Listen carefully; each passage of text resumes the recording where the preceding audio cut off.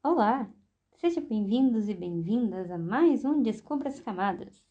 Aqui onde nós falamos de tudo, sobre tudo, para todos e todas. Neste episódio, o número 7, um número muito especial. Teremos uma coisa um pouco diferente, como você deve ter notado. Que é isso? Seja bem-vindo. É Descubra as Camadas? Isso. Ah, tá.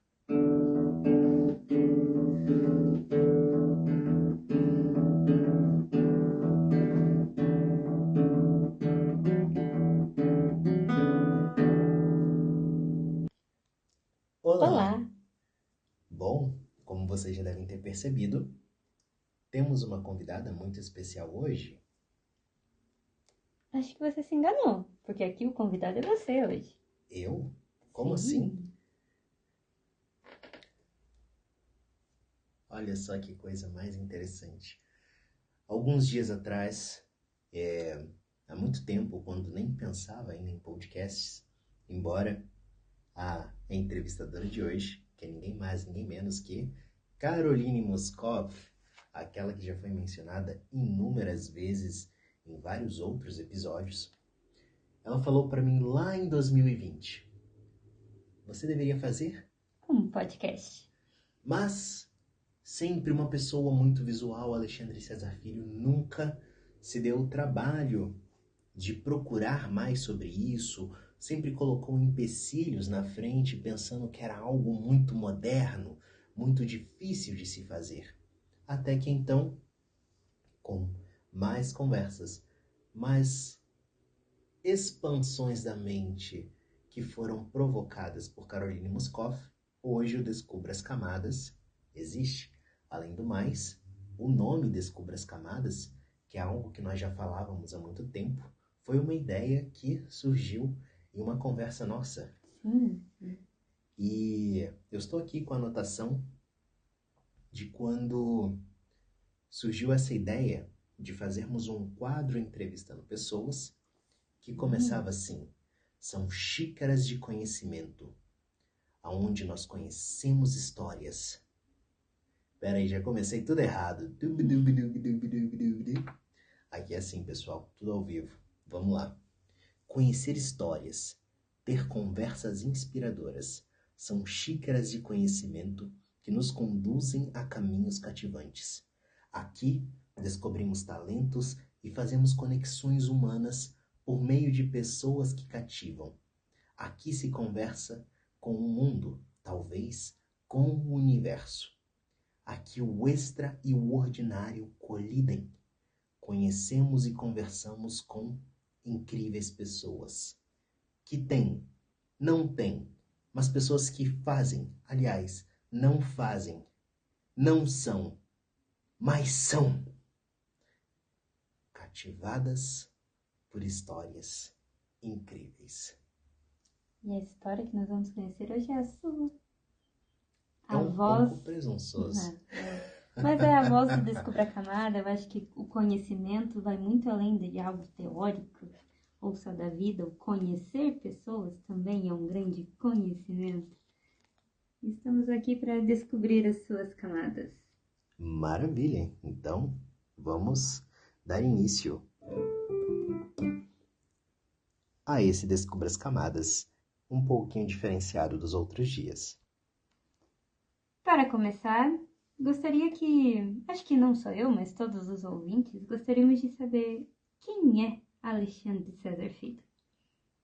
Olha, essa é uma pergunta bastante difícil, não é à toa que eu estou aí 4 anos de terapia, passando por 6 psicólogos em 4 anos. Até na astrologia eu já cheguei a chegar para ver se eu descubro um pouco mais sobre mim, mas eu não sei responder ainda o que eu sou, mas eu gostaria de utilizar uma definição que foi entregue a mim pela pessoa mais importante da minha vida, que por acaso está aqui me entrevistando hoje, Caroline Moscow, o mago das palavras. Exato. Por que mago das palavras? Porque você faz magia e transforma as palavras em magia. Muito mais do que um abacadabra que a gente vê aí nos filmezinhos. Mas as suas palavras são mágicas, porque transformam a nós mesmos. Por isso, o mago das palavras. E este seria um dos teus poderes da vida real. Sensacional. Muito obrigado, muito obrigado. Fico até um pouco envergonhado aqui, mas é uma vergonha boa. E, bom, eu tenho um defeito muito grande, porque eu não sei ser objetivo. Então, toda vez que eu vou contar uma história, como você mesma me ensinou, e, pessoal, não se preocupem, Caroline Moscoff vai ser entrevistada. Vamos saber quem é essa pessoa. Eu aposto em dizer que é uma das maiores educadoras do Brasil. Capaz, que é isso, que é isso. Se não do Brasil, do mundo. E, enfim, como vocês devem imaginar, eu não conheço tantas educadoras assim. As brincadeiras à parte. Bom, o meu nome é Alexandre, César com Z, e o FH é de filho. Sim, sou filho do Alexandre César. Segundo a minha mãe, meu nome era para ser Peter Paul. Peter de Pedro, Paul de Paulo. Então, o nome de um discípulo e de um apóstolo. Porém, o meu pai ele achou que era muito estadunidense, achou que as pessoas teriam muita dificuldade para pronunciar. Já pensou no bullying que poderia acontecer na escola porque é muito perto de Peter Pan. Então ele falou, não, vamos pensar em um nome melhor. E aquilo ali foi se adiando, até que na hora de fazer o registro, ele era o responsável por isso. E ele disse que já sabia qual que ia ser, mas chegou na hora ele não sabia, então ele pensou, bom, acho que eu vou colocar o meu. Boa. Mas, enfim, tenho aprendido que eu tenho nome de pessoas que foram muito famosas com esse nome no passado. Sim. E, embora sejam pessoas que a gente não pode se vangloriar tanto assim, principalmente dessa pessoa que é responsável pelo meu sobrenome. Muitas pessoas pensam que César é meu segundo nome, mas é o sobrenome da família. Por mais que as pessoas olhem para mim e olham para o meu biotipo e veem um africano. Porém, graças a Caroline Moscoff também, descobri que eu tenho sangue nigeriano, queniano, serra-leonês e tenho muito do sangue italiano e ibérico também. E nepalês. Nepalês. E Inca. Inca, exato. Por isso estivemos no Peru, tinha que ir às origens. Exatamente. Foi, eu acho que do internacional foi o primeiro dentro dessas descobertas. E, bom, falei que esses caras, eles não são caras dos quais me orgulho.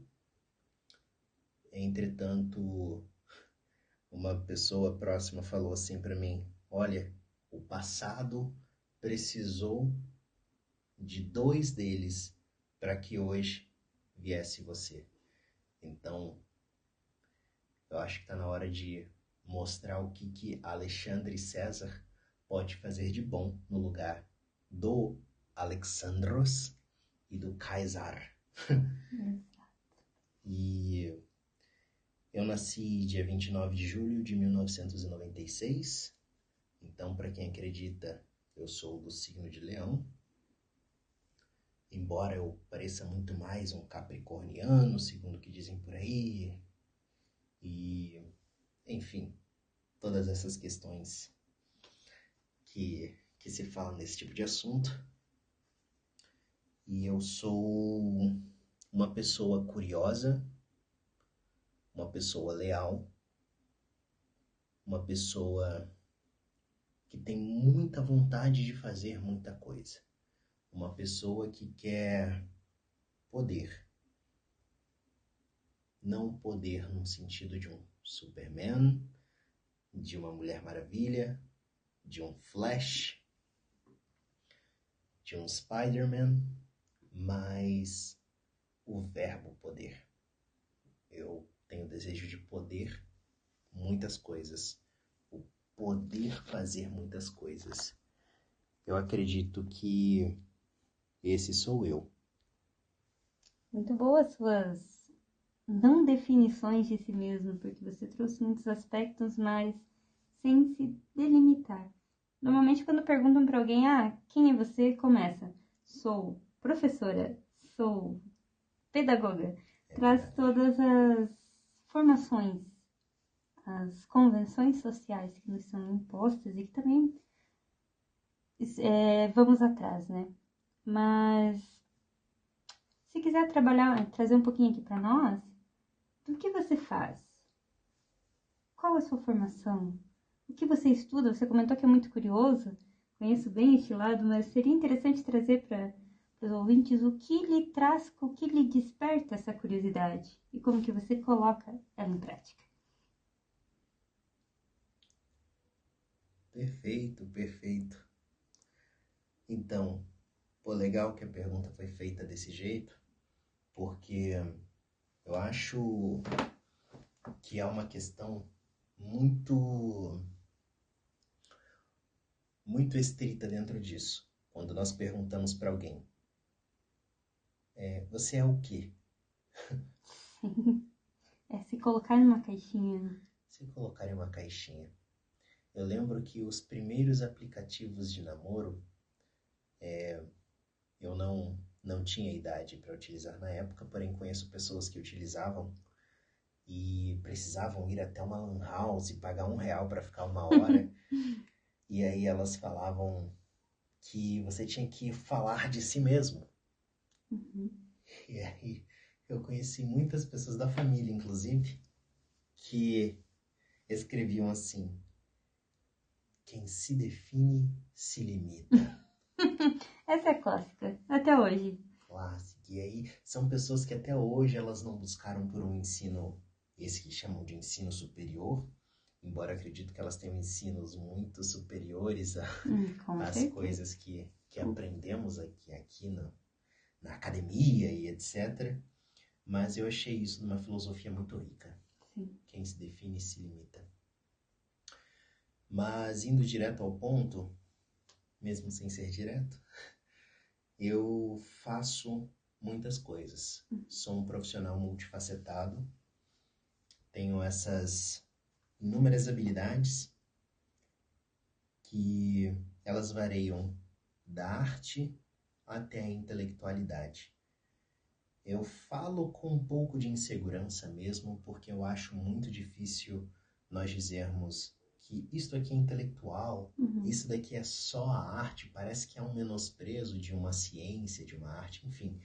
Eu não tenho o intuito de fazer isso, mas mesmo sendo o mago das palavras, segundo você, eu acredito que o que me fez e faz e vai fazer deleitar-me cada vez mais, inclinar-me cada vez mais à poesia, é justamente esse desejo de saber as palavras certas.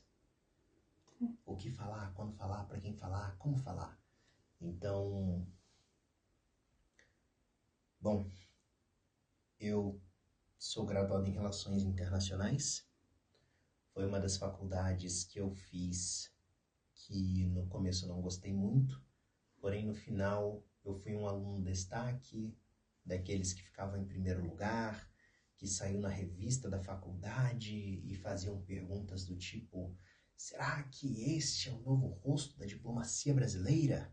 Negro, 18 anos de idade, que veio da periferia. E olha que nem foi tão uma periferia assim, né? Eu sou muito mais de uma área rural do que periférica, mas, enfim. Não deixa de ser uma certa periferia. Não deixa de ser uma certa periferia. Enfim. E foi uma das faculdades que eu fiz porque eu era menor de idade, então meu pai ele decidiu que era melhor para mim. Então foi a faculdade do sonho dele que eu acabei fazendo. Eu estava muito mais inclinado a ser um músico, ou um psicólogo, ou até mesmo um estudante de letras. Porém, eu acabei obedecendo ali o 5º mandamento do Êxodo: honra teu pai e tua mãe. Então eu acabei indo por esse lado, de seguir uma carreira diplomática e eu fiz o seguinte, eu iniciei 2 cursos ao mesmo tempo, que foi Relações Internacionais e Ciências Políticas, para que eu pudesse eliminar o máximo de matérias possível. Quem nunca? Quem nunca? E aí, durante 1 ano e meio, eu trabalhei esses 2 cursos para que eu pudesse finalizar a faculdade em menos tempo. Eu tinha um olhar muito duro sobre mim mesmo, de achar que com 17 anos de idade eu já estava muito velho. E eu ficava pensando que, nossa, eu preciso acelerar o mais rápido possível para que eu viva meu sonho, Porém, depois de 6 meses ali dentro da academia, e eu confesso que eu não sou uma das pessoas mais fã do ambiente acadêmico, mas o que eu pude descobrir foi que eu estava tendo contato com um conhecimento que eu não teria em nenhum outro lugar. Eu estava tendo contato com pessoas que eu não teria em nenhum outro lugar. Aqueles dias foram únicos, assim como o dia de hoje é, o dia de amanhã também será, e o dia de ontem também foi. Inclusive, ontem era hoje. E para além de ter contato com o conhecimento, eu estava desenvolvendo a minha capacidade em resolução de conflitos. E isso é algo que sempre esteve muito presente na minha vida. E ali aprimorou-se de uma maneira gigantesca, porque imagina o que é você ir 5 vezes na semana, às vezes no sábado também, para um lugar onde você não quer estar. Ah, sim. É opressor. É opressor. E limitador demais. Bastante. E você acredita que se a gente não consegue ter essa visão que você trouxe é um lugar que eu estou aprendendo algo que eu não aprenderia em outro lugar, isso pode até matar aos poucos, porque você está matando os seus próprios sonhos estando onde não quer estar. Exatamente. E justamente esse era o meu pensamento. Sim. Cada um dos dias que eu passava com a minha carteirinha 10 para as 7 para iniciar a aula às 7 horas da noite, eu pensava, era como se eu estivesse batendo um ponto. E toda vez que bato aquele ponto... Piada interna. Procure na internet. Cada vez que eu ia até aquela faculdade é como se eu estivesse enterrando um sonho. Sim. Um sonho de ser um músico, coisa que começou ali no ensino médio, com 14 anos de idade, e um dia poderíamos falar só sobre música. Com certeza. Se eu falo da minha relação com a música, as coisas vão longe. Bom, acredito que muitos saibam, mas em 2018 eu tive um incidente e eu perdi parte da movimentação da minha mão esquerda. Então, aqui no Descubra as Camadas, sou eu mesmo que toco cada um dos instrumentos, não é nada feito, nada mecânico, tudo é orgânico.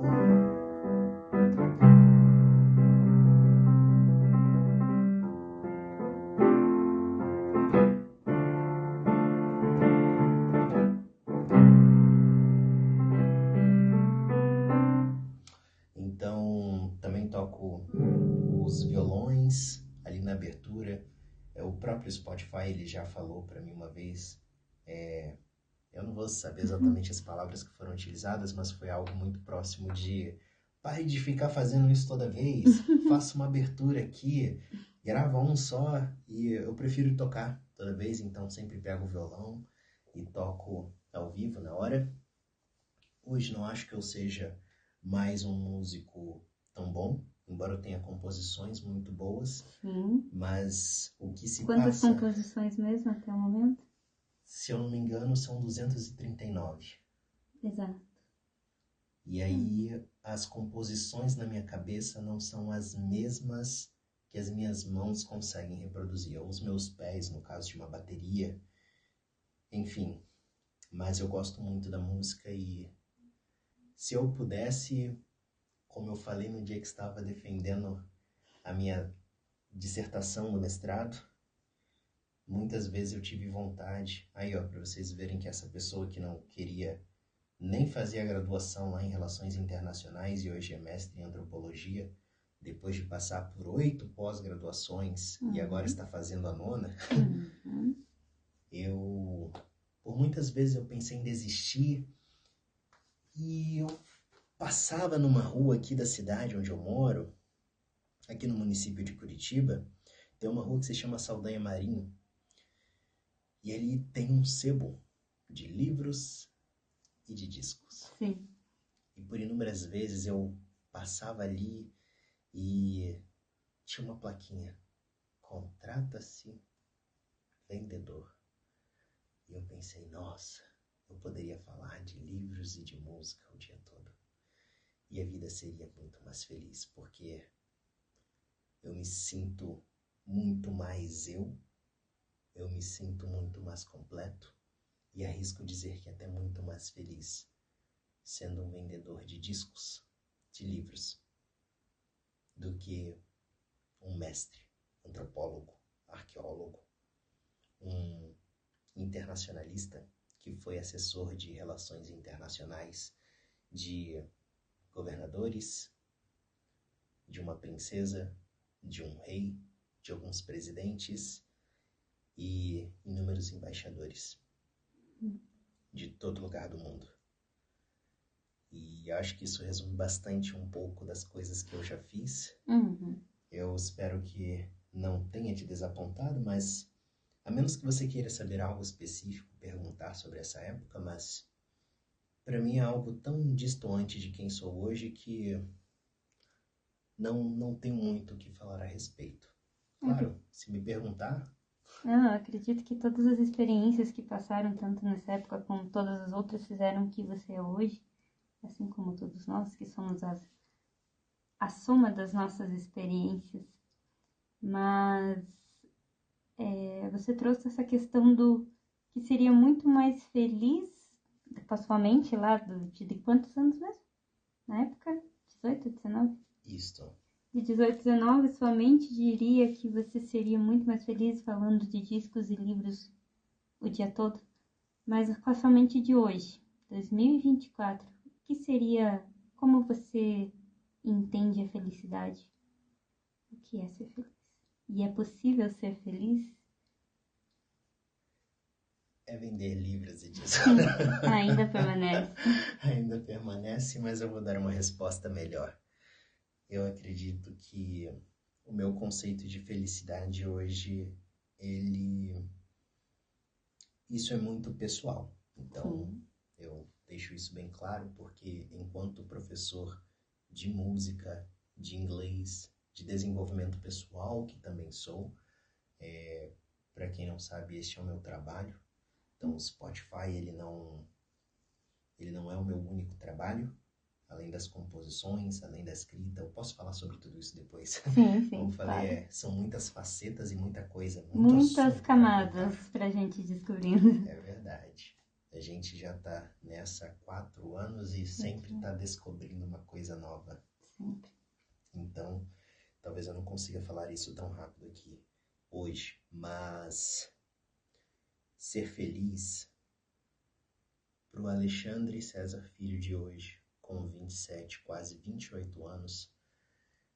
E se eu não morrer até lá, é um sinal de que eu não sou tão talentoso quanto os meus ídolos. Mas eu acho que...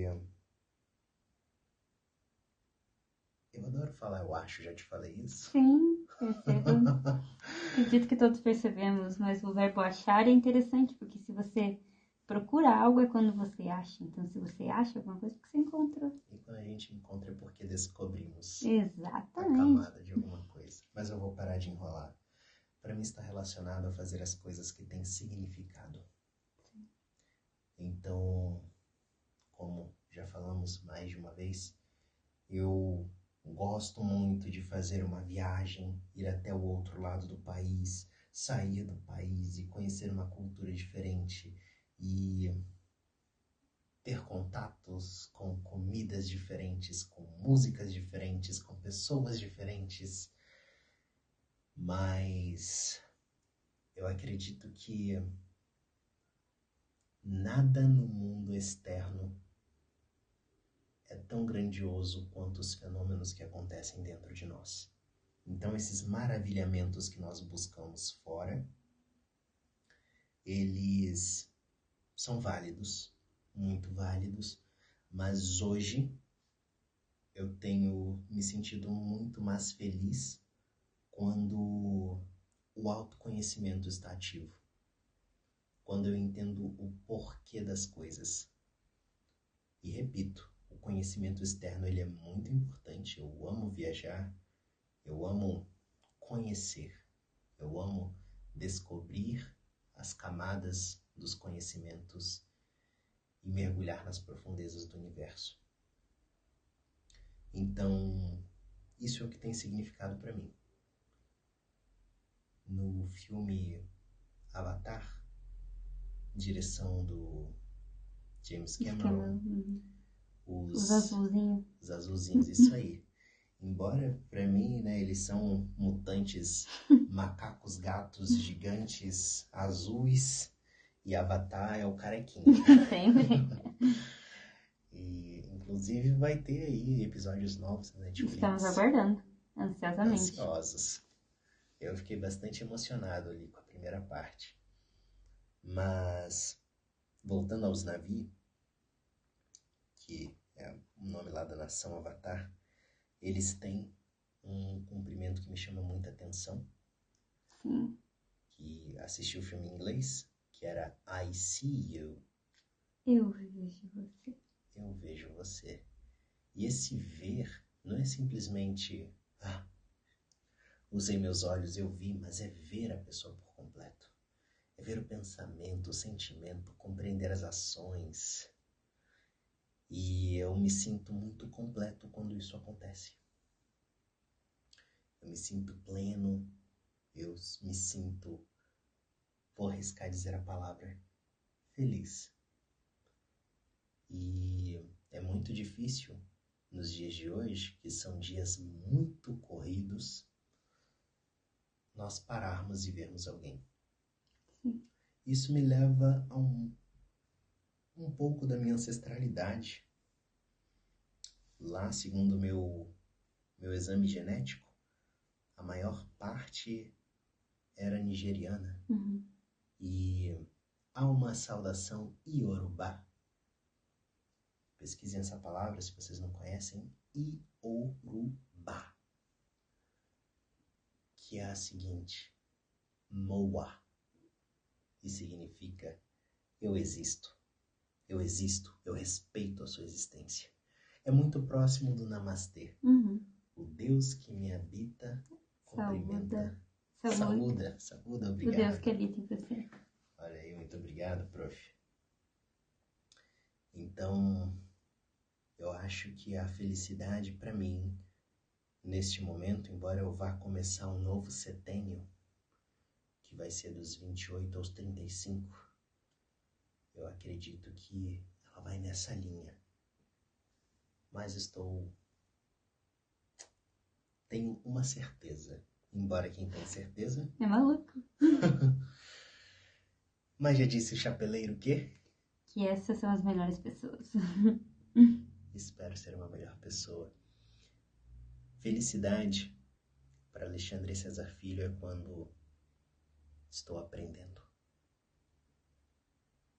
Repito, amo sair para comer uma pizza. Amo sair para brincar num parque aquático. Mas aprender algo novo, eu não consigo dormir se fiquei o dia inteiro sem aprender nada, embora seja muito difícil por trabalhar com educação. Meus alunos me ensinam todos os dias. Mas eu preciso pelo menos ler uma palavra no dicionário e saber o que é uma peripécia, o que é um pélago de insídia, dentre tantas outras palavras mais. Só uma curiosidade, quando eu falei pélago de insídia, a Carol Carolina, ela regalou o olho aqui porque a cadeira deu uma rangida. Mas, como falei para vocês aqui, a gente nunca fica pausando as coisas. É uma gravação só. Então tem latido de cachorro, a cigarra cantando, a cadeira rangendo, enfim. Vamos reproduzir bastante aí para o Spotify entregar valores interessantes para a gente. E a partir disso a gente tem uma cadeira legal, um microfone legal. Um estúdio. Onde a gente possa gravar ao vivo e todo mundo participar. Exato. Fica a ideia. E já abro o convite, caso você queira ser entrevistado também, a partir do episódio número 8, eu estarei entrevistando essas pessoas incríveis que foram mencionadas aqui. E vamos começar com a pessoa mais incrível que eu conheço, por acaso. Mas sintam-se à vontade. Se convidem. Exato. Não é Sintam-se feio. em casa. Estou de braços, portas e coração aberto para cada um de vocês. Exato. Caroline, respondi sua pergunta? Sim, muito bem respondida, inclusive. E traz esse aspecto de como a felicidade ela é muito subjetiva. Muito subjetiva e muito frágil na minha percepção. Tem me perdoem depois, pesquisem no Google, pai Google, mas tem uma frase que diz que, tem um poeta que diz que, deixa eu me lembrar aqui,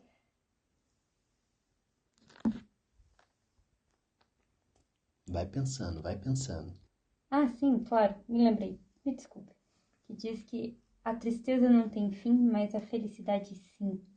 Então, é muito estranho a gente pautar a nossa vida na busca pela felicidade. Tem o nome daquele filme maravilhoso, né? Em Busca da Felicidade. Com o melhor ator. Com certeza. Mas entender que a felicidade ela é a nossa única busca, eu acho que nos deixa cada vez mais tristes. E nisso eu fico sempre pensando de qual seria o real sentido da vida. E trago essa pergunta para ti, dentro de todas essas coisas que és, que pensa, que vive, que sente. Qual o sentido da vida? 3 doses de ocitocina pra cortar o cortisol. Imerso a tristeza, asfixiado pelo anzol. Quero me puxar da dependência do tal verbo depender. Vai passar da meia-noite e me encontro acordado. A respiração sem controle, o coração acelerado. Com uma lista de razões e motivos pra envelhecer. E eu já penso.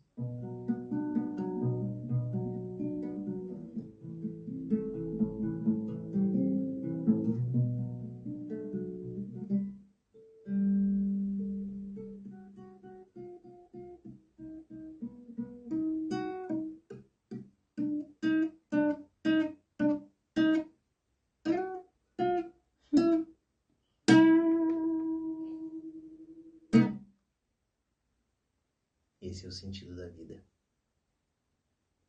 Ora nós acertamos.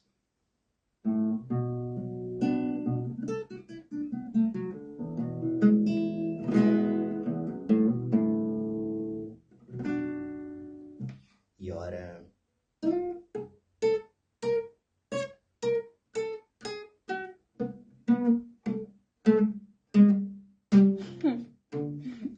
erramos. Eu acredito que a vida é a coisa mais linda da vida da gente. Foi o maior presente que os nossos pais nos deram. Então tem muitas pessoas que... Ah, mas por que eu nasci? Eu não pedi pra nascer, a vida é... Cara, teu pai e tua mãe já te deram a vida. A nossa gratidão a eles é isso. Papai, mamãe, pessoas que me adotaram, muito obrigado. Vocês me deram a vida. E o que nós fazemos com ela, dentro das possibilidades que a vida nos permite, porque ela tem dessas. Sim, muito. Mas na maioria das vezes são escolhas nossas. A forma com que nós decidimos encarar. E se estamos incomodados com alguma coisa, a gente precisa pelo menos tentar mudar de lugar. Mudar o ponto de vista. Dentro da minha subjetividade, eu digo que o sentido da vida é aprender, é ter maravilhamento, é olhar para coisas simples como as ondas do mar de Angra dos Reis, lá na praia do laboratório. A praia, a praia, só para esclarecendo, né? Para ativar o imaginário de quem está ouvindo. Imagine, para quem não conhece também, mas imagine uma praia onde a água é quente, muito mais quente que a maioria das praias que a gente tem aqui no Brasil, mas ela só é tão quente porque a água do mar resfria as turbinas de uma usina nuclear.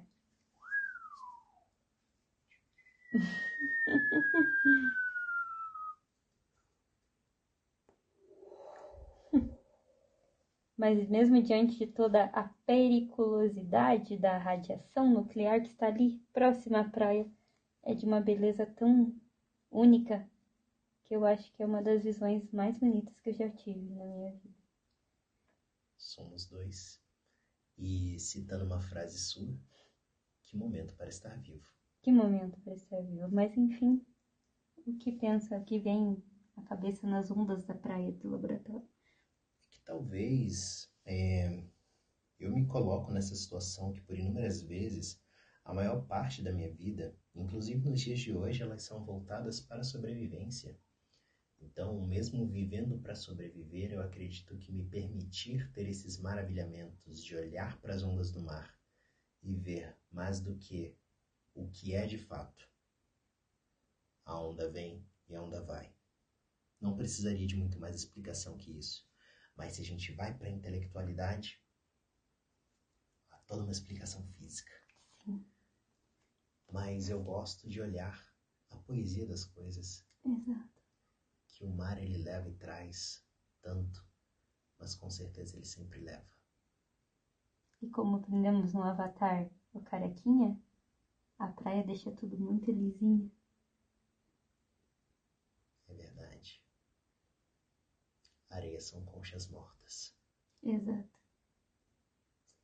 Então, mediante toda essa poesia gigantesca que fizemos aqui, eu acho que era sobre o sentido da vida que a gente estava falando. Exato, o sentido da vida. Tudo isso é sobre o sentido da vida.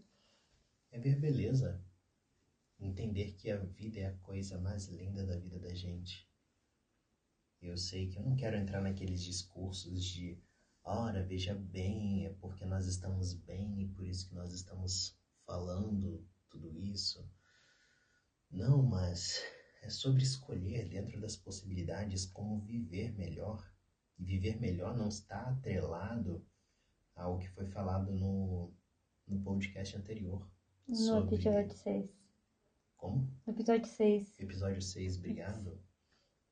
Inclusive este é o episódio número 7. 7 é o número da perfeição. Dias da semana, notas musicais. O mês que você nasceu. Nem tinha pensado nisso, mas as cores do arco-íris é o número de letras dos meus ideais. Verdade, justiça. Número de letras daquele que dizem ser um órgão oco, mas nos mantém vivo e nos faz olhar com maravilhamentos para tanta poesia. O coração. E a partir de tudo isso, às vezes eu olho para a vida e eu penso que ela é conturbada, mas às vezes ela pode ser mágica. Há tanta poesia e eu pergunto, vida és tu real ou pura loucura de minha insana razão? Será que eu estou adormecido na Matrix? É, exatamente. Grandes perguntas, grandes questionamentos. Mas você trouxe uma questão que eu acho que é um ponto-chave, no sentido de a vida são escolhas. E isso é óbvio, né? Tudo na nossa vida são escolhas.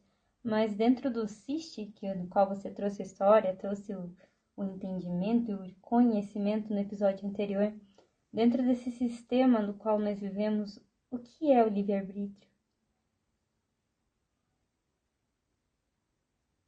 Eu vou responder a sua pergunta. Eu só quero concluir uma coisa sobre Fica à o vontade. que é a vida e qual é o sentido dela. A vida não é só o que é o que pode ser. Por isso, indubitavelmente, sonhe. Eu acredito que a vida é sobre sonhos e como foi esclarecido no episódio 4,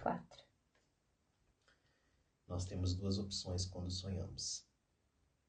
Acordamos, a gente levanta e vai realizar, ou permanece deitado e dorme com a esperança de continuar sonhando. Ponto final. Vamos agora, de fato, à pergunta. Pode repeti-la, por favor? Claro. Dentro dessa toda poesia poética e busca pela beleza que há dentro de um mundo cada vez mais cinza e sem cor, a gente buscar as cores desse mundo, mas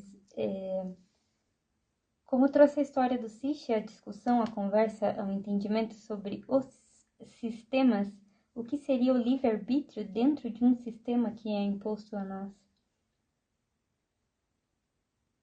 Essa pergunta é muito difícil. E você complicou mais ainda a pergunta, porque eu lembro que na primeira vez ela estava mais simples. Mas... esse é meu papel nesse momento. Não é não.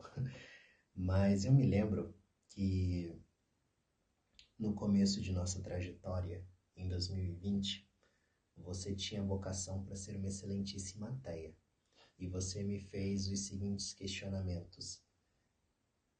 Qual é o sentido de haver o livre-arbítrio e a vontade de Deus? E eu digo que o livre-arbítrio e a vontade de Deus, eles são a mesma coisa porque são paralelos. A intenção não é ser um GG. Sabe o que é um GG? Não. Garoto gospel. Não quero ser um GG aqui. Eu vou trazer até uma definição do kardecismo. A primeira pessoa kardecista com quem eu tive contato foi o Rodrigo. Eu não consigo me lembrar o sobrenome dele, mas ele é dono de um teatro no Largo da Ordem. E ele fez questionamentos sobre algumas coisas absurdas que têm sido feitas em nome de Cristo, sobre essa teoria de prosperidade, etc. Enfim, já expandi demais nesse sentido, tá na hora de usar a resiliência. Estiquei, vou voltar. E ele falou uma frase para mim que me marcou. Deus quer que você viva bem. Mas o direito à vida é meu, se eu quero tirar a minha vida. Deus quer que você viva bem. Detalhe, o suicídio, a gente acaba se atentando muito ao fato. Sim. Porque é isso que o sistema faz com a gente. Sim. Ele nos entristece porque é muito mais fácil controlar um corpo triste. Não é? Sim. É o que fazem com animais, é o que fazem com crianças, é o que fazem com mulheres, é o que fazem com pessoas de determinadas raças. Vamos entristecê-los porque o controle é mais fácil. Exato. E além do entristecer, é o limitar, né? Enjaular, principalmente a consciência. Não especificamente, eu acho que no geral. Mas cada camada da sociedade tem a sua forma de ser enjaulada para que seja controlada. E a grande massa é controlada pela tristeza. Sem dúvida. E mesmo aqueles que não são grande massa, também são uma outra massa sendo controlada por uma outra coisa. Exatamente. E dentro de todo esse controle que existe, por causa do Siche, o livre-arbítrio ele fica limitado a algumas, como você disse, as possibilidades que a vida nos apresenta. Acredito que existem muitas limitações, isso é muito objetivo, cada um tem as suas limitações externas, suas limitações internas, suas limitações corporais, mas o saber escolher talvez seja o grande sentido da vida. Acho que a gente não é ensinado a fazer as escolhas certas, nem as perguntas certas, e muito menos buscar as respostas certas. Mas no decorrer da vida a gente pode aprender isso de duas formas, aquele velho ditado, ou é pelo amor ou é pela dor. Então, dentro de tudo isso, dentro desse contexto, entender que o livre-arbítrio ele tem as suas limitações, e é muito bonito que você trouxe, que está paralelo à vontade de Deus. Óbvio, para quem tem essa crença, acho que é um pouco libertador também, você entender que a vontade de Deus também faz parte das suas próprias escolhas. Perfeito, perfeito. E como ensinou você muito bem, aquela sua frase que é de explodir a cabeça, perguntas movem o mundo. Mas como você me ensinou muito bem, ou nos ensinou muito bem, e irá ensinar agora também, a antropologia está justamente aí, é uma ciência que traz a ideia e traz o sentido e traz a busca pelas perguntas certas. Então acho que aí são coisas que se complementam muito bem. Perfeito. Mas dando continuidade aqui, você trouxe que a questão de ser um profissional multifacetado. E como você cria o seu trabalho? Depende. De qual trabalho você está falando? Da música, da literatura, das aulas de inglês, das aulas de música, São muitos. do conteúdo Mas, acadêmico, do empreendimento? sim, sim. Mas vamos lá, vamos por parte. Algo que Bom, vamos lá. Começando pela literatura. Como você cria? Como você escreve? Qual o seu processo de criação? Que pergunta mais difícil. Mas o meu processo de criação se dá pela vida. Exato. E assim, mesmo dentro da literatura, eu sou muito multifacetado. Então, eu escrevo poesias, eu escrevo prosas poéticas, escrevo textos livres, escrevo crônicas, escrevo podcasts, Sim. escrevo filmes, escrevo livros, escrevo... Livros eu acho que é mais no sentido de romance, né? Gênero literário, romance de fantasia e ficção. Claro, por que não? Vamos divulgar o nosso trabalho Com aqui agora, certeza. né? Entendeu a ideia? Então, vamos lá. Antes de falar o como, eu vou explicar o que nós fazemos.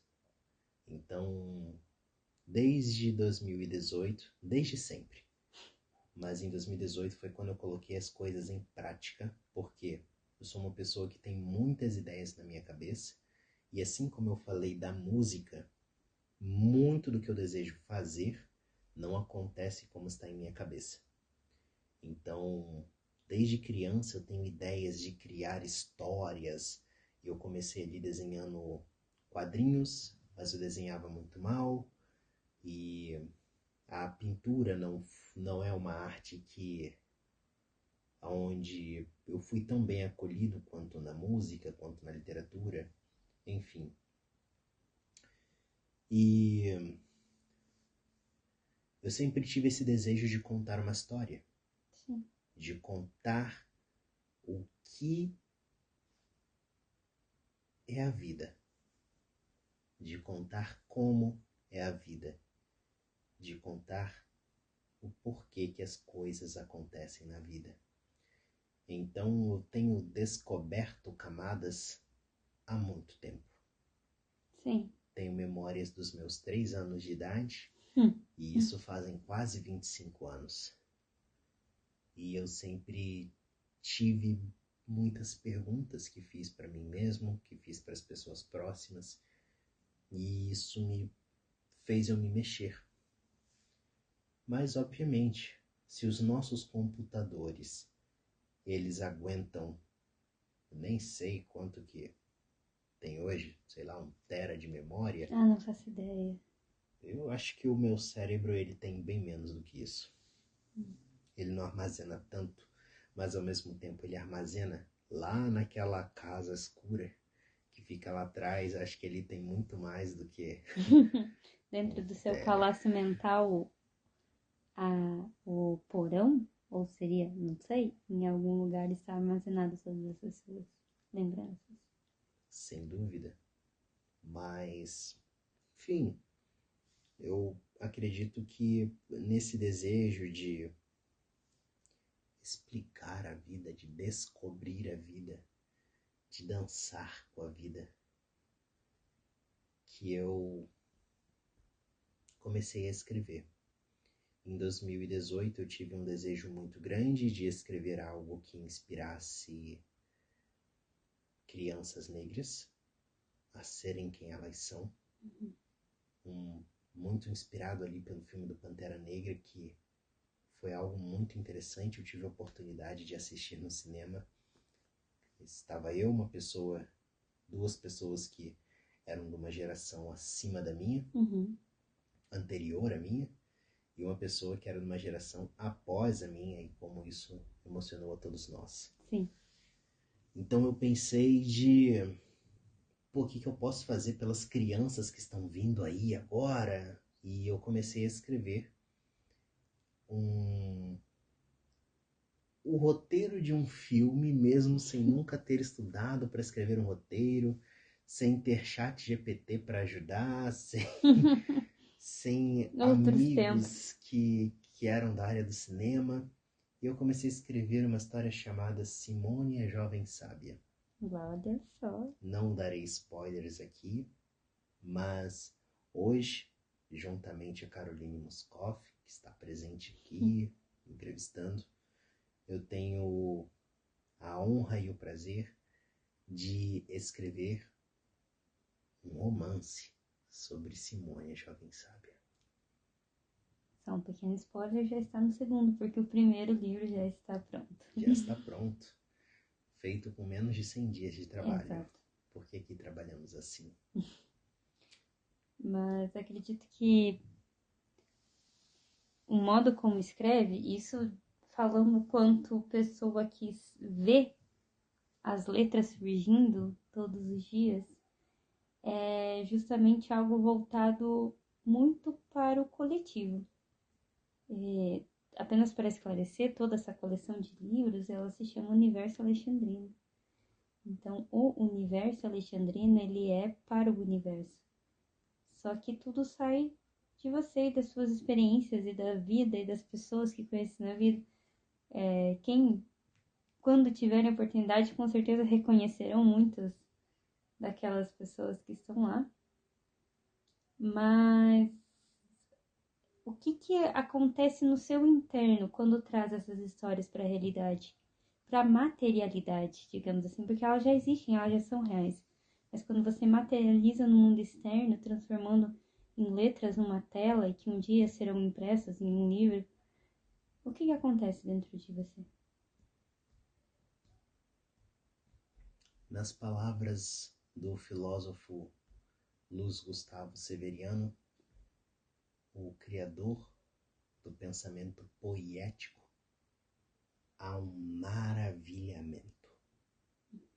E este maravilhamento, ele acontece porque nós temos o hábito de pensar que tudo que está dentro de nós é abstrato. Obviamente que eu estou falando tudo pensamentos e sentimentos, mas eles são tão reais quanto os nossos membros, os nossos órgãos e assim por diante. Então, eu fico maravilhado quando tenho a oportunidade de escrever.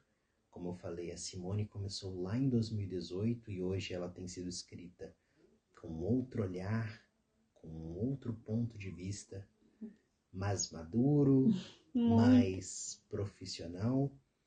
E depois veio O Preço do Amor, depois Ouvido Absoluto, depois Panteras Negras do Brasil, até que por fim, quando Caroline falou, olha, Eu parei de escrever nessa época, que eu falei assim, não está bom, não estou gostando, eu acho que está muito amador.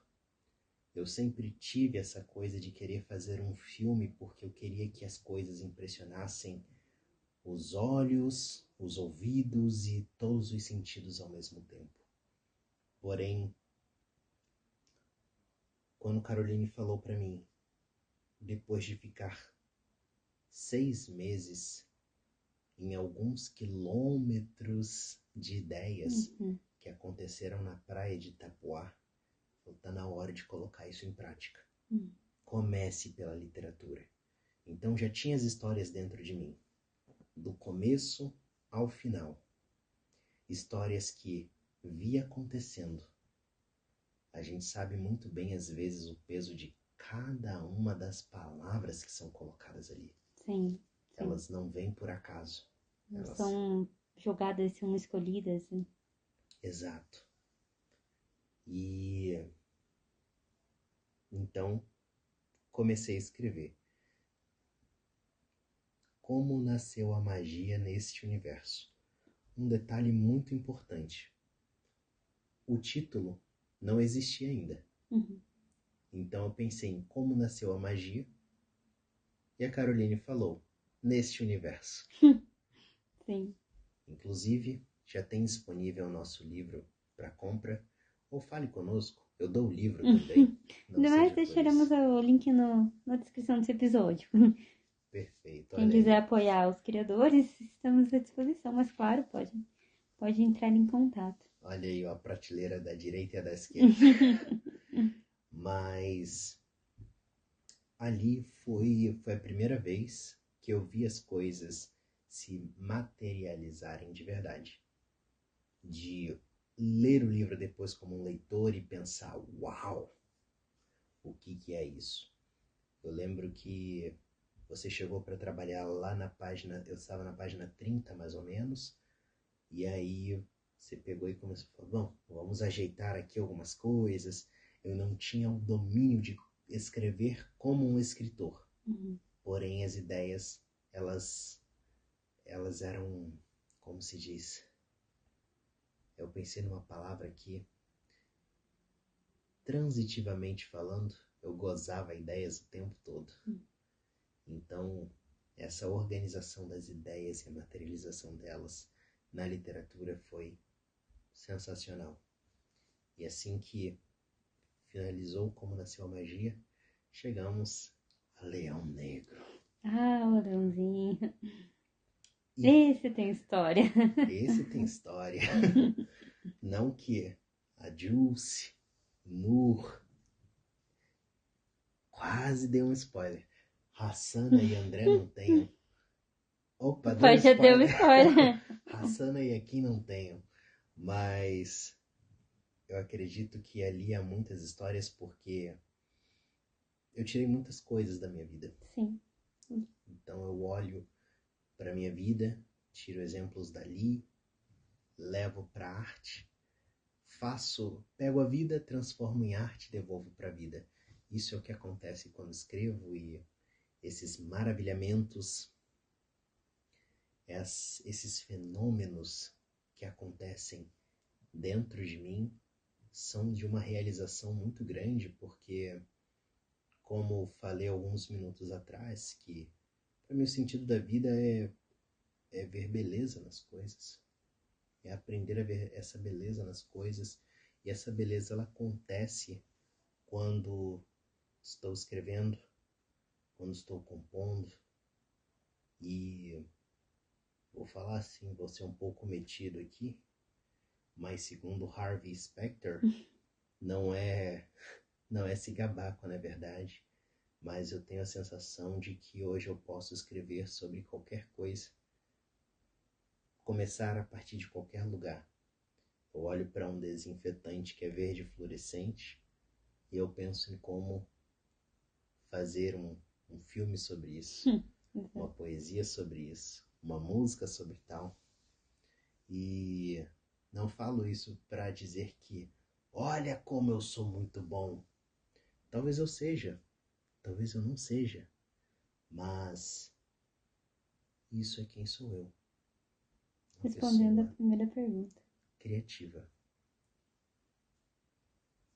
Porque, como disse o nosso amigo botânico, Glaucon Horrocks, a arte existe porque só a vida não basta. Exato.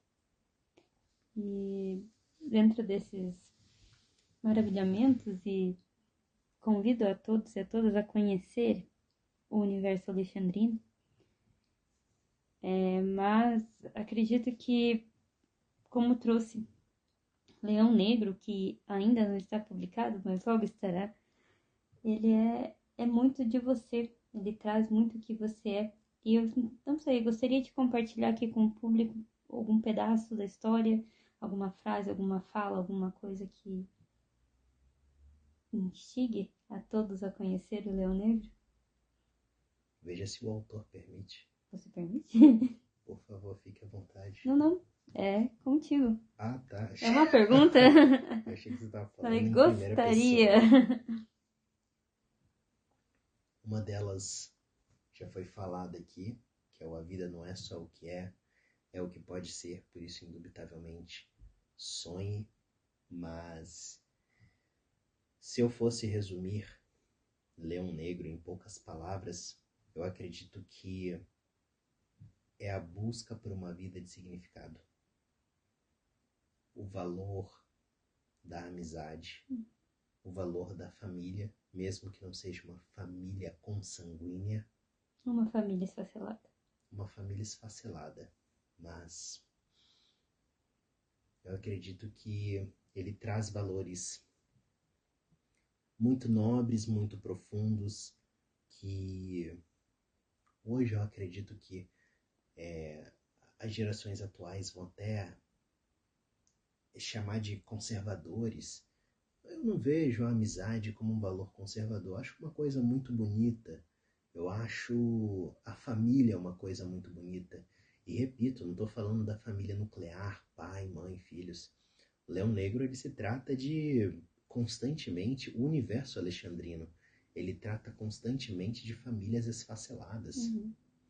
E eu acredito que, falando da obra, o que está dentro da obra, porque essas obras, elas são fantasias. Sim, sim. Mas o que está dentro da fantasia, o que faz essa obra ser o que é, como a Carol acabou de dizer, há muito de nossas vidas ali. É o quadro social brasileiro que está sendo passado na Grécia Antiga, na Roma Antiga, na China Antiga, mas também na África atual, nos Estados Unidos atual e no Brasil Rio de atual. Janeiro. O Rio de Janeiro. Exato. Enfim, acredito que tudo que trouxe aqui mostra como existe um universo dentro de você, assim como existe um universo dentro de cada um. Mas eu percebo, agora trazendo um pouco da minha experiência quanto professora que lida com muitos universos dentro de uma sala de aula, existem muitas pessoas que passam por essa vida sem descobrir o próprio universo, sem olhar para ele. O que você diria para o público em geral nesse sentido, do como olhar, como descobrir o seu próprio universo, como descobrir os seus poderes da vida real, como buscar essa questão? Porque se Deus quer que vivamos bem, acredito que olhar para o nosso próprio universo nos ajuda a viver cada vez melhor. Então, o que é necessário para isso? Eu já posso fazer divulgação no meu trabalho? Com certeza. Ai. Bom, eu trabalho com desenvolvimento pessoal e profissional. Mencionei muito rapidamente no começo. E não é muito elegante a gente falar da gente mesmo, porém tem aqui uma aluna e hoje professora desse método que faz a gente olhar para dentro. Eu iniciei falando que o meu nome é o nome e o sobrenome de pessoas que não têm a gente não tem que olhar com muito louvor para elas por conta de algumas atitudes feias do passado. Porém, eu vou citar o nome de mais uma pessoa que fez uma obra bonita, mas que os comportamentos não eram os melhores. Sim. Aliás, eu não preciso citar o nome, até porque eu não sou obrigado a falar alemão. Mas eu vou trazer a ideia aqui. E o Bigodudo falou assim: credo, vão pensar que é o outro alemão. Tem que cuidar, tem que cuidar. Mas é o Bigodudo, não o Bigodinho. Por favor. Então, o Bigodudo, que o nome começa com F, ele falou assim, pô, pior que eu nem lembro como que ele falou. Mas traz a Mas ideia. foi assim, que lá no século XIX ainda, no começo do século XX, ele falou que era mais fácil que o homem fosse até a Lua, mas ele não conseguia olhar para dentro de si. E esses conceitos, eles são muito presentes na humanidade, porque aquele que a gente não sabe se realmente existiu, Pitágoras, ele falava que tudo começa com uma base. A galera aí que não gosta da matemática, a gente tem que ter uma base. Olhe para dentro de nós e procure qual é a base. Aí o Platão, ele falou algo poético que foi muito lindo. Tenha um encontro com sua alma. Marque encontros com a sua alma. E eu acredito que por meio do meu trabalho, mesmo que seja dando uma aula de idiomas, não as aulas de sociologia que, enfim, são quase que debates políticos, e quase não, são. Porém, eu vejo que esse encontro com a alma é o que proporciona.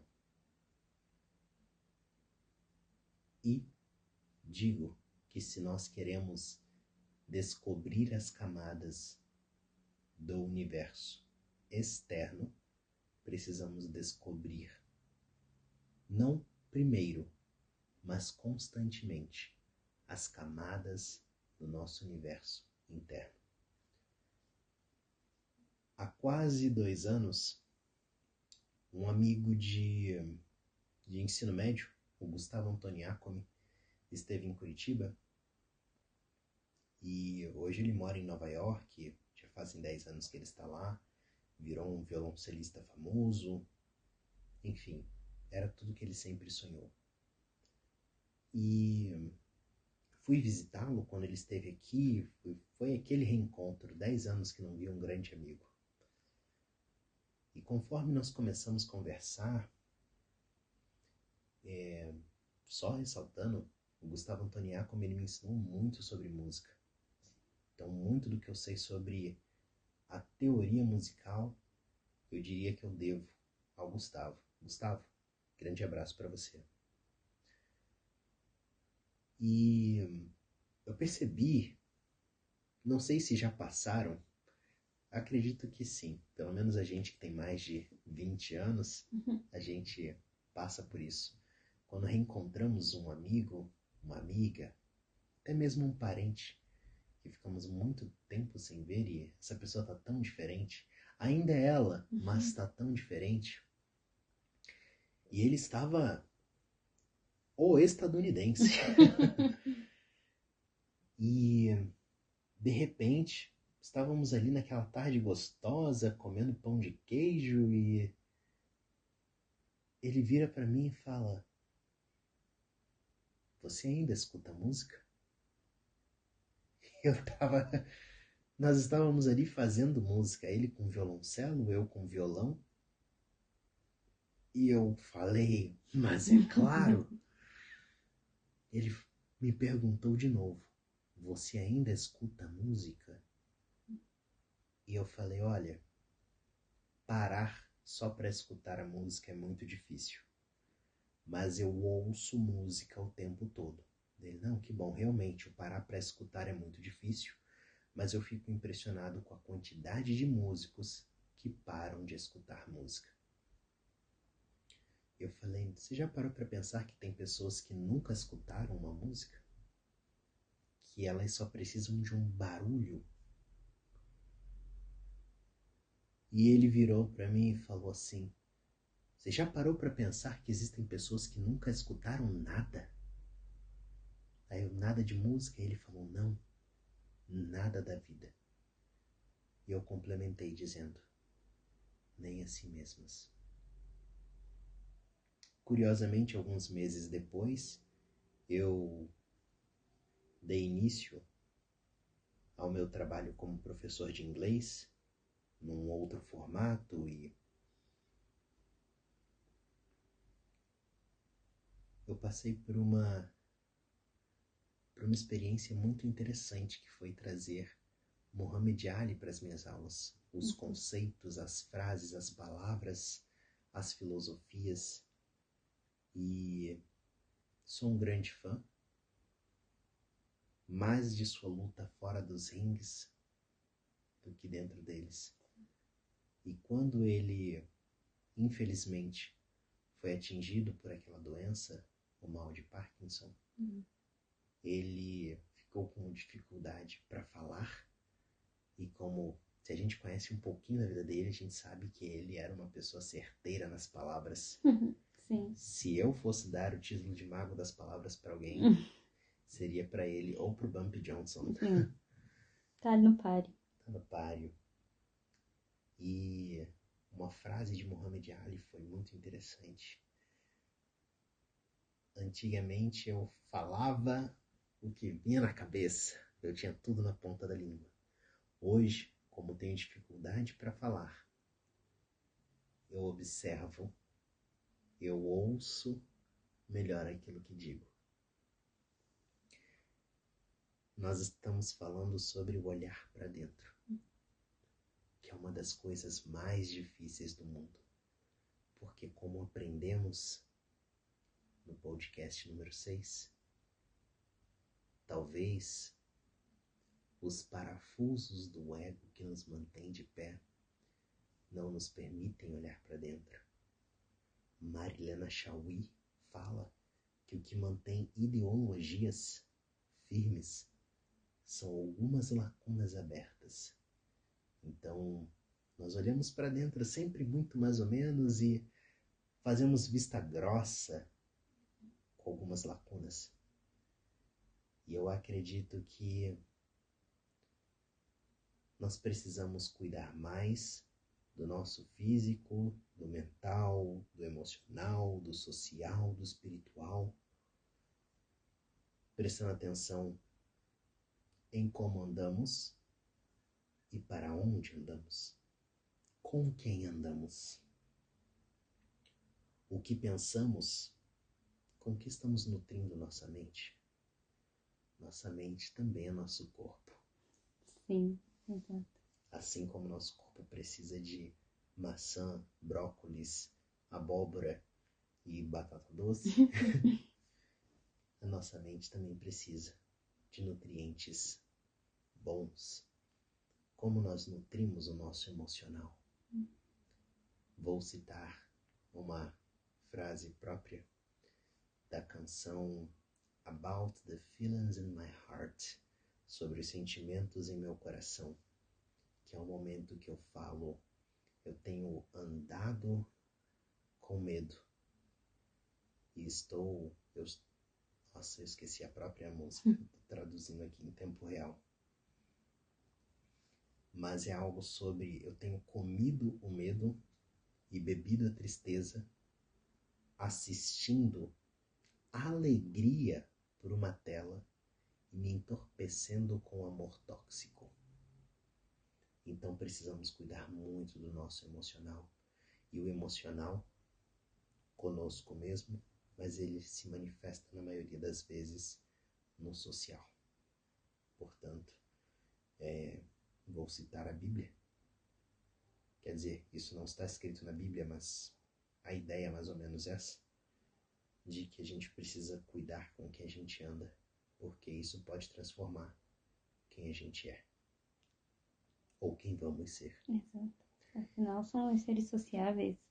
Somos seres sociáveis. Sociáveis e sociais. Não há ser humano que viva bem, sozinho, isolado na ilha. Tom Hanks nos ensinou. Exatamente. Senão a gente pega uma bola de vôlei e começa a conversar. E chamar de Wilson. Wilson. Enfim. Então, eu sempre digo que o olhar para dentro, se a gente pode escrever, se a gente pode pegar um celular e gravar um áudio, um gravador, se a gente pode expressar por meio de uma arte, seja a música, seja uma pintura, faça. Eu gosto de dizer, escreva, porque quando nós escrevemos, nós temos a oportunidade de ver aquilo que está dentro da nossa cabeça. Olha como a escrita é uma coisa sensacional. 6.000 anos no mundo. Já pensou? Poderosa, isso mesmo. 6.000 anos no mundo. E a ideia principal era essa. Tirar as coisas que estavam dentro da cabeça para que eu pudesse ver os meus pensamentos com clareza. Eu acho que esse é o começo. Digo que acho porque eu não sou detentor de conhecimento nenhum. Eu nem me conheço. Hoje eu estou bem, estou alimentado. A gente comeu arroz e feijão hoje. Nós tomamos café, nós almoçamos. Bebemos uma quantidade considerável de água. Tá tudo bem. Mas, e se amanhã eu não tiver os meus direitos de constituição garantidos? Quem será que vou ser eu? Exato. Quem será que vou ser eu numa crise emocional? Quem será que vou ser eu quando o meu ego for atingido violentamente pelo sistema, pelo meu próximo, por aquelas pessoas que são as que mais dizem me amar? Então, por isso falo constantemente que acho. Mas não deixem de procurar. Não deixem de descobrir as camadas que nos impedem de alcançar aquilo que de fato desejamos e talvez não estejamos jogando luz lá no subconsciente. Por isso eu sempre digo para cada um, esse abraço caloroso no coração e um beijo de luz no seu inconsciente. E que assim seja. Caroline, meu muito obrigado por hoje. Eu que agradeço. Eu acredito que se eu colaborasse sendo um pouco mais objetivo, poderia ter falado muito mais, mas se durante 4 anos, e eu não sei quantos dias tem 4 anos, nós ainda estamos, a gente se fala todo dia, toda noite, e estamos sempre descobrindo alguma coisa nova. Então, um dia eu posso contar a minha história, vamos dizer que esse aqui é Quem é Alexandre, parte 1. O primeiro episódio. Foi o primeiro episódio da primeira temporada. Acredito que o Descobrindo as Camadas, ele é justamente para isso. Para quem está ouvindo, para quem está falando, é sempre um descobrimento das camadas. Onde mergulhamos profundamente no conhecimento e expandimos a nossa consciência. Exatamente. Sei que você é a entrevistadora de hoje, mas eu gostaria de pedir a você para que finalize com algumas palavras, alguma música, alguma citação. Como gostaria de finalizar esse episódio de hoje? Interessante, mas acredito que finalizaremos o episódio com uma pergunta. Não tem como ser diferente. Porque afinal são elas que movem o mundo e também movem o nosso próprio mundo. Mas eu deixo a pergunta não só para você, Alexandre, mas para todos e todas e todes e todos os animais e pessoas, todo mundo que esteja ouvindo neste universo, em outros universos, em outras vidas. Mas a pergunta é: quais são as suas camadas que você precisa descobrir para viver bem? O que você precisa descobrir, tirar a coberta que está aí impedindo de que você viva bem? Vamos refletir e não julgar. Beijo de luz na sua consciência.